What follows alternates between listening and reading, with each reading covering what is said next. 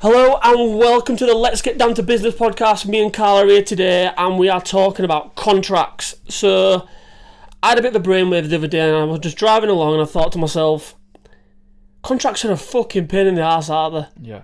They're a proper pain in the arse, like, and I was scratching my head just thinking, why can't they be simple? Why is there so much of this, you know, like you hear stuff on radio and then all of a sudden they go, subject to terms and conditions. Sped up to high heaven, so you can't even hear it? So it says they're like designed, they don't want you to know the T's and C's. Well, I mean, I know it goes on and on and on, so they've got to be quick, but at the same time, if it's that important to be in there, I need to know about it, I need to be able to understand it. So by waffling on so quick, going brrrr, then... Well, this is what I mean, and this is my thought. They're just designed to shaft you, aren't they? Companies are just out there to absolutely shaft the fuck out of you. Yeah. I mean, a good example is I've got Virgin Media at home, and I think I signed up to like this promotional one, like 18-month contract, like 28, like I don't know, 18 quid a month for the first 3 months. I got an email on that. Oh, sorry, then it went up to like 30 quid. Like, sound, I can deal with that. Then I got an email, probably 6 months in, your broadband's going up. I'm like... I signed up to a contract to this payment. Yeah, but I've no doubt whatsoever that there'll be something in the bump on them bloody 25 pages that they've sent me saying that we're allowed to increase his prices whenever we feel like it. Well, funnily enough, I've literally just lit seconds before we started filming just told Dan that I've got a new phone today. So obviously, I've signed a new contract today, and I actually saw that exactly what you're saying. Yeah. Where I'm now paying X, and I saw it. It said until the end of March, and I thought that's out of date. Mm-hmm. And then I looked a bit closer, and it was 2025, March 2025. Yeah. Where all our contracts go up March 2025 by £1.50. What, the whole of the provider's contracts? Yeah. So it's like I don't see how they can do that. I just think surely if I'm signing to a contract, I don't care whether it's for, you know, like it's like you buy an electricity tariff or a mortgage or whatever. You sign up to a fixed term, and that is for so many years. Yeah, fixed term, 5 years. Boom, you know what you're paying. If you're lucky, you get a good rate. Yeah, great. If you're not lucky, then you've got to swallow it for that amount of years. Yeah, of course you have. So how can they can change it by all these fine little print? But this is what I mean, and I just think, why can't companies just be nice? Why can't they just be nice? Why can't everyone just get along and just simplify it? Because the wording of some of these contracts as well just baffles me. And look, I'm not the most educated person in the world, but I'm not stupid either. But I often find that when you're reading something, you can read a paragraph, you can get on to the next one, and you just think, I ain't got a clue what I've just read before. Yeah, and you got to read it again, and each time you read it, it gets more and more complicated. But half the time, I just think, do you know what? Sign it. Yeah, fuck it, whatever. It is what it is. Well, again, I was signing the contract today, and it were all electronic. Yeah. So he got it up on his screen, did the guy in the shop, and he went, "Can you just click accept there?" You know, like, and really, just really nonchalantly, like, just. Really, you should have said, "Do you want to read these terms and conditions?" and scrolled through it from. He didn't even scroll to the bottom of the page. He just went click accept there. He did that 5 times, and just like it. I'm sure I'm not the only person. But did you just click accept? Yeah, you just go bang, bang, bang out of convenience. You know, they aren't going to fuck me over. Are they? You know, we're all friends round here. But it's not the case at all, is it? Fun? You know, I've just gone accept, and probably just they could say your phone bill's going to actually go up £150 next month, and I wouldn't. And you've signed for it? Yeah. That's what I mean. It's proper annoying. And they're out to catch you out. Well, I think they are, and this is what I mean. I just think they are. Well, of course they are. They're out to absolutely fucking screw you, and they are screwing people, and I just think it's really bad. And I don't know whether it's a government thing that they can... And another thing, for example, I know it's not really contract, but it's like when they put prices up in summer on fucking holidays, and, you know, plane tickets when, like... football clubs are playing in Europe like that week, hotels go up, and it's just like, shouldn't be allowed that. Yeah, why is there no governance on that? Why is there no governance to say you can't be doing this? you cannot be doing this. I agree with that. I mean, I know everyone's got to make money. I know everyone's got to make a living, but these companies are making an absolute fuck ton of money, and especially at the times when, not saying, well, some people are really, really struggling, and it just seems as though everyone's out to just fuck everyone over. But I do think at the same time they've got to cover themselves. But I don't think, if you were somebody who writ contracts and were like CEOs of Apple or Ferrari or whatever, these massive companies. Yeah. I understand. They'll be sat here going, "Oh, we've got to be tight and make sure that nobody can come back at us and claim this and other." But I think you started this war between, like the higher upper end of people, and then the mere mortals of us. If you didn't try and catch us out, I'm pretty sure we wouldn't be trying to catch you out. No. It's you that started this. Does that make sense? Like, yeah. Well, it is. I was speaking to Lamar about it the other day because obviously, Lamar's used to be a contracts manager, and obviously I worked for a short amount of time, and it's just all about covering your own arse. And I get it to an extent, but I come back to the point as well. Whereas I don't fully understand some of the wording in a lot of the contracts that I read. Yeah. At best. So I just think, why are the, probably sounds wrong and it's the wrong terminology, but why are they tailored like for the Simon Jordans and that kind of people of the world? The people that talk a language that not your average Joe speaks. Just make it layman's terms. Yeah, just make it really layman's terms and simplify. Simplify. It doesn't need to be pages and pages and pages. I think we briefly spoke about it, saying I don't understand why stuff can't be bullet pointed. This is the length of your term. This is the amount you're going to pay. This is the amount it's going to cost you if you come out of it early. Yeah. This is, and just step by step guide. Done. I get that some companies, some purchasers, they'll have to be more complex than others. I totally get that. But I think, like you say, for the likes of your mobile phone contract, some of the fucking stuff you get in those, I'm just thinking like, why have I got bloody all this paperwork for a phone? I'm not gonna lie. Well, I didn't get any paperwork. Well, right? But I was driving home and my phone, my original phone, was in my pocket, and it's going zzz, zzz, emails. Zzz, zzz. I'm like, is this blowing up my phone here? So when I got home, I looked at my phone and it was just email. This is this. Yeah. Like, two have just gone mental on my fucking emails. Mad, isn't it? I bet I had. I mean, it doesn't sound a great deal, but I bet I had 8, 9, 10 emails from. Well, I'm with her too, so I'll probably got a similar sort of thing, and it's just so much bump, and I'm like, what is all this junk? And I'm thinking, can you imagine no one will read that, will they? I don't think there's one person in the world that will get a phone contract and read everything line for line. But a contract is something that two people or two parties agree on. Yeah. Anybody that reads them T's and C's, if I don't agree with it, can I go back to them and say, "Oh, no, I want to go negotiate with this"? It's not. It's a one-way term. They're saying this is it. Yeah. Like it or lump it. That's how we roll. Yeah. If you don't like it, go down to Vodafone. Yeah. And they'll probably have exactly the same thing. Exactly. So they're just selfish as fuck. But what I want to obviously think about, what I do think about as well, is a hike back to I think going way back here, like one of the first ever podcasts we did. I think it was the school education one.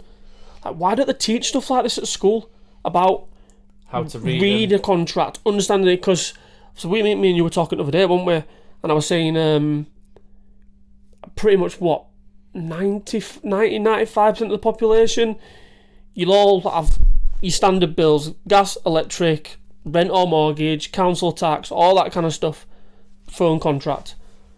So you're always going to, every person is probably going to tie into a contract at some point. Without a doubt, no matter how important, whether it's a mortgage, a car finance, something as little as, like, say, a phone contract. So why is this not taught at, like, secondary school level? Whereas it's like, right, you're going from a child to a young adult now, and after young adult, you'll probably do these things here, buy a house. I definitely kicked on about that in that podcast because I just cannot get to grips with it. There's certain things that you can drop in school that just don't really. I say not that it doesn't matter, but like your geographies, histories, all that sort of stuff. Yeah, it's great to know it to a level. Yeah, but you can choose them in year 9 anyway, can't you? You can choose them if you want, if that interests you. Yeah. But there's these things that will impact your life, like contracts and understanding day-to-day life, that they should be teaching. Maybe we should start like a petition, Carl, like for getting life studies into educational sector. I think, maybe. I think Shouldn't it? it should. But what we're going to do is stand up picket boards. Well, no, don't you only need like is it 70,000 signatures on a petition to get some in front of We government? struggle to get 700 viewers on his podcast, Dan. 770. Yeah, no, but if you pitch them, I mean, people do, don't they? People get petitions and stuff all the time, and if you're fighting for a good cause, and People get on board, don't they? yeah, exactly. You know, if you bloody put an advert or something out in, I don't know, local press or whatever, and just tried, or even like, you know, bloody power of social media these days. You know, if you'd like to think that a lot of people will agree with what we're saying here. I think. I just don't see a way in which there's any negative to it. Getting your kids, or even getting your kids or yourself, if you're a young viewer listening to this, getting up to speed with what you're going to be diving into for the rest of your life. For pretty much the rest of your life, yeah. Well, it will be, right down to a will, right down to, a will's a contract, really, isn't it? Oh yeah. So from literally starting out with a rental or a phone contract, right down to somebody dying, hopefully towards the end of your life, and understanding a will contract. So throughout your full life, you are going to be in and amongst contracts. So you need to understand them. There must be a reason why they don't teach it, though. There must be. There must be something why in. They don't want you to understand them, probably. Do you reckon? So that they can just. Well, I'll go back to my phone contract today, right? So I'm with Utility Warehouse, right, for a number of different things. So phone contract's one of them. Yeah. Gas and electric's another, and my broadband's another one. So like you do when you get a phone contract, they start asking you, who's your broadband with and all this. So he says, we can do this deal, blah blah blah blah blah. Without going too far into it and waffling, I looked into Utility Warehouse and said, how long have I got left on my contract? I'm potentially wanting to be taken over by O2/Virgin. And they said, this is your get out fee. And I'm like, right, okay, no problem. I thought, and they were willing to pay that with O2. I thought, sound, what cost me now? I'll get a better internet speed, all the above, and it were cheaper. Yeah. What's the catch? What's the catch? Right. So the catch was, just as she told me all that, she went, but because we paid for your early exit fees previously, £380, because you're still under contract, you would owe us that back in full. And we're like, what? So we're just getting added to your monthly tariff? No. So when I joined Utility Warehouse, the previous company, I was tied into a contract, and they paid my early leaving fee. Yeah. And it was £380. All right. Okay. So they paid that, and now I want to leave early.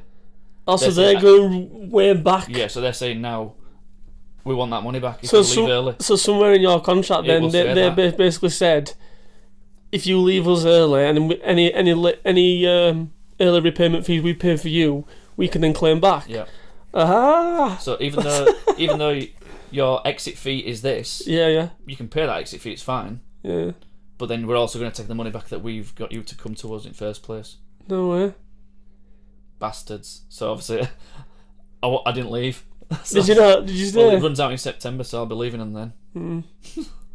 And I'll just pay the £80 or whatever it was. One thing that baffles me, and it's like early repayment fees for your mortgage. How much they absolutely sting you. Well, they don't want you to do that because That's what they I want mean. to be making interest on you. Yeah. But again, it's just a one-way thing, innit? It's just absolutely, we're going to hike up interest rates, and also, if you do come into a bit of money, we're not going to let you pay your mortgage off early because we want to keep you on those interest rates. Absolutely. And it's just like, where's the fairness in? I mean, don't get me wrong, yeah, you're probably borrowing £100,000 or whatever off them, but even still, it's like everyone does it. It's just absolutely scandalous. Yeah. Yeah, the scumbags. They're absolute scumbags. But they're so in depth, but they're so vast as well, aren't they? You know, depending on... I know we're talking sort of utilities, really. You know, we haven't even gone into, like, work contracts and sporting contracts. You know, do you know what? Like, you say work contracts. I think that was probably one of the only contracts recently, I say recently, probably in a long time, that I read word for word, and I think I could understand pretty much 95% of it. But is that because you understand that field that, you know, whereas we're not in, like, what we've just been talking about there, like the utilities and stuff like that? Is it because we don't understand that sort of bump? Whereas Maybe. in the field that you work in specifically, you understand. Yeah, but it's not. They don't really go into, like. Obviously, I work in construction, but they don't talk construction, do they? It's just more the language that they use, and whether that is maybe because they are a construction company, and I don't know if everyone's. I don't know. A bit. Yeah, maybe.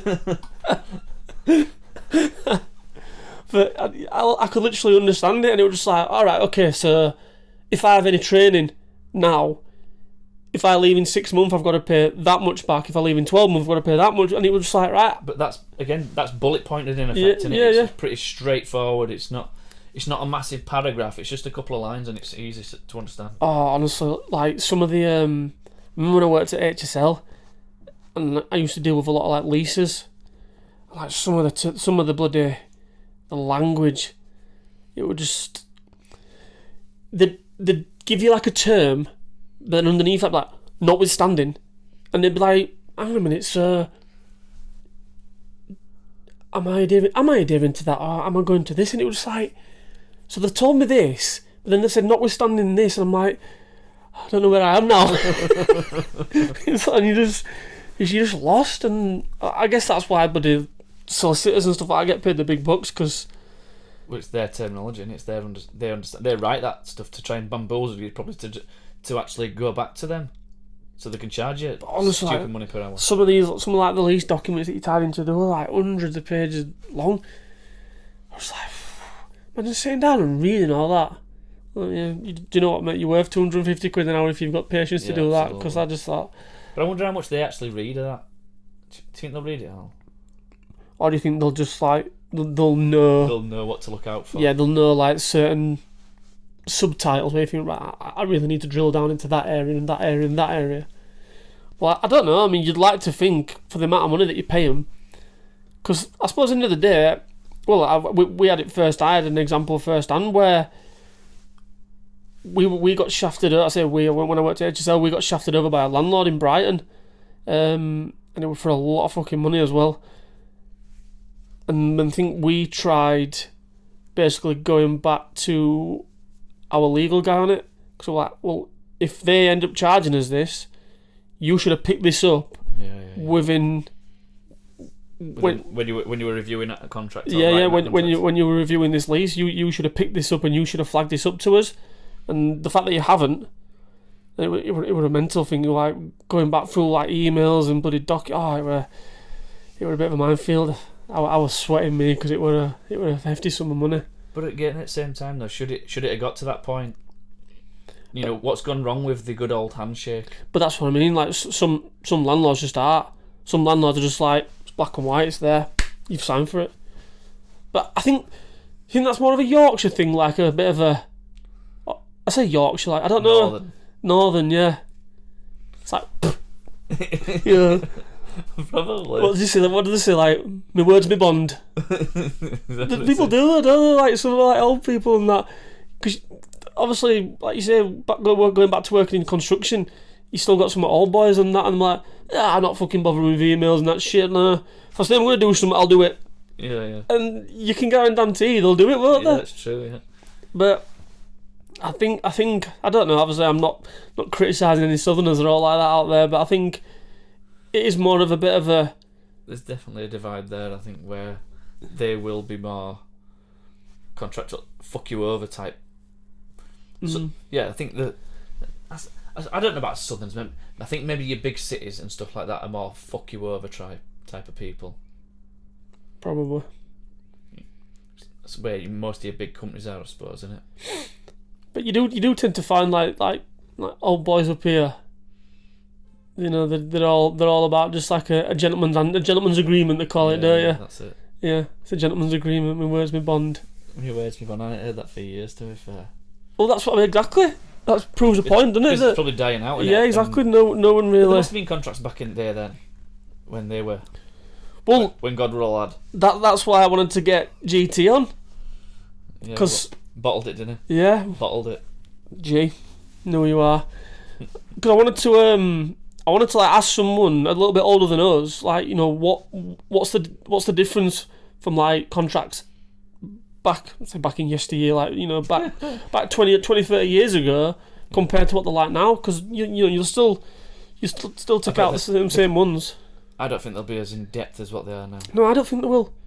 But why have we got to that point? Is it because there's blame culture, there's claim culture? Well, that's what Lamar said. He said you'll often find that a lot of contracts are built around mistakes. So say, for instance, 20 to 30 years ago, a company made a mistake, it cost them thousands, so therefore they'll be right, that's not happening again.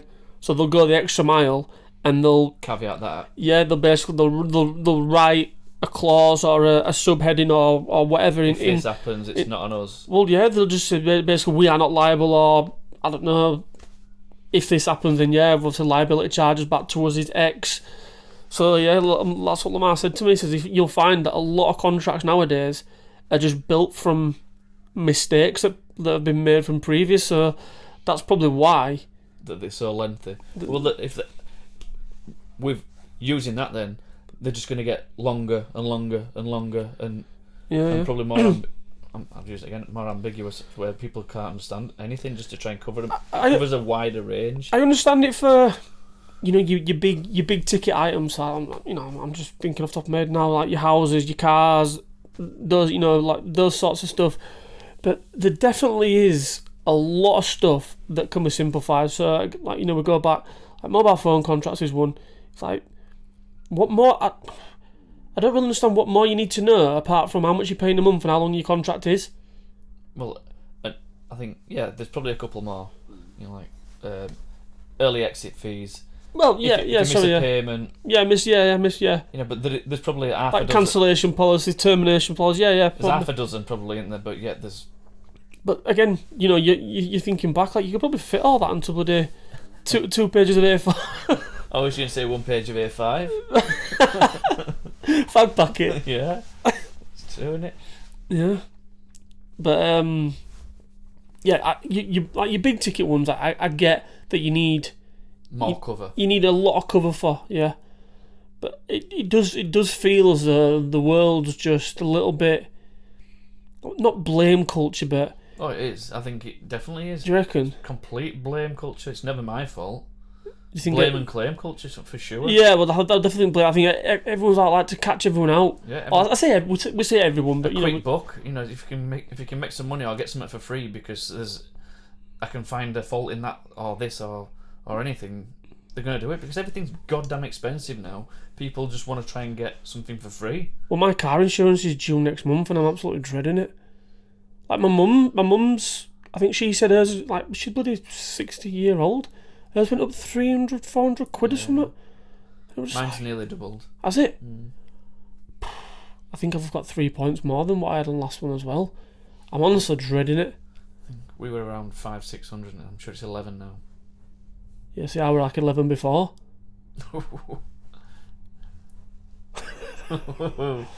Honestly, I'm really not looking forward to it. But that's another one.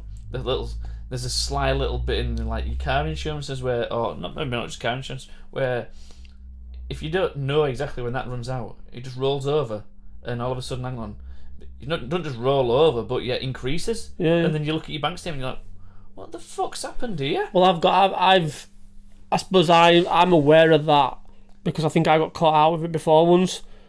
But I don't know. To be fair, now companies are pretty good at like sending you emails out of saying that. But there's that much crap comes through your emails. You can just quite easily. Oh yeah, you can do. You can either go to junk or you can quite easily just go brrr, delete, and you missed it. Yeah. Quite easily because you might think it's a bit of junk. Just going back to car, why has car insurance gone up so much? again, blame and claim culture. I can only presume that many people claiming. Surely, I don't know. You made me panic now. Well, it's got to be what other reason is it? What you just well. Again, everything's that goddamn expensive.